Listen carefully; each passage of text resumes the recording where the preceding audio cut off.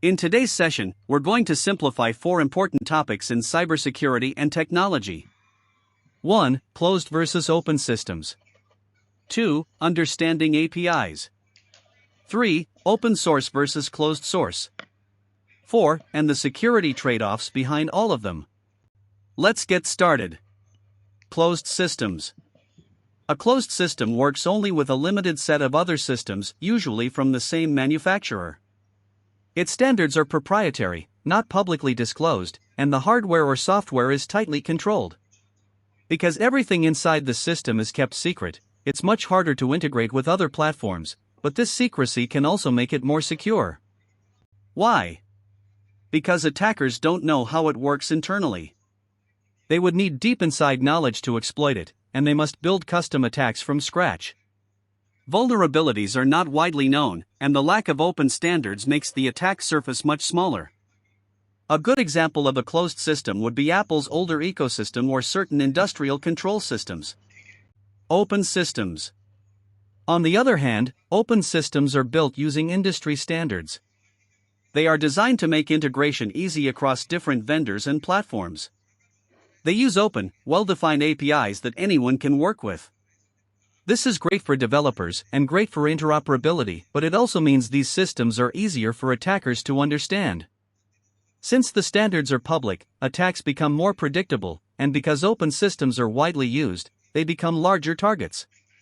Think of Windows, Linux, and Mac devices all communicating on the same network. That's an open system environment.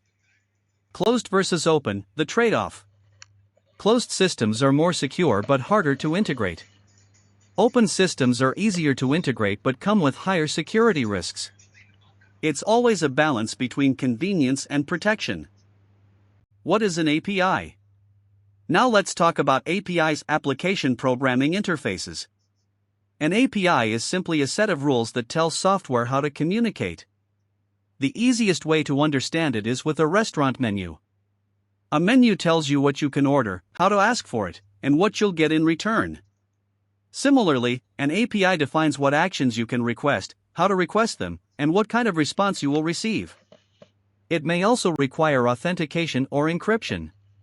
APIs allow apps to talk to operating systems, phones to interact with cloud services, websites to fetch data from databases. Without APIs, modern computing simply would not work. Open source.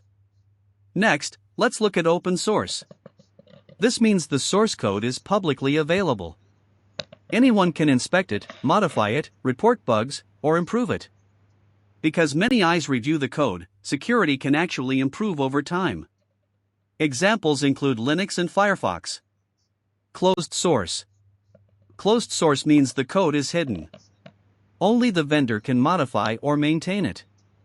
Users must rely on the vendor for updates, patches, and security fixes. Examples include Windows and many commercial applications. Important distinctions. People often confuse these terms, but they do not mean the same thing. You can have open source software running inside a closed system. Closed source software that still follows open standards. Also, even closed source software can be reverse engineered.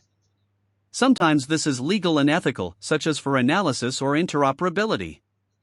Other times, it is unethical or illegal, like theft of proprietary code. Super simple summary. Let's wrap it up in the simplest way possible. Closed system, hard to connect, but more secure because it's secret. Open system, easy to connect, but less secure because attackers know the standards. API, the rules that let software talk to other software. Open source, code is public. Closed source, code is hidden. And remember, these terms do not mean the same thing.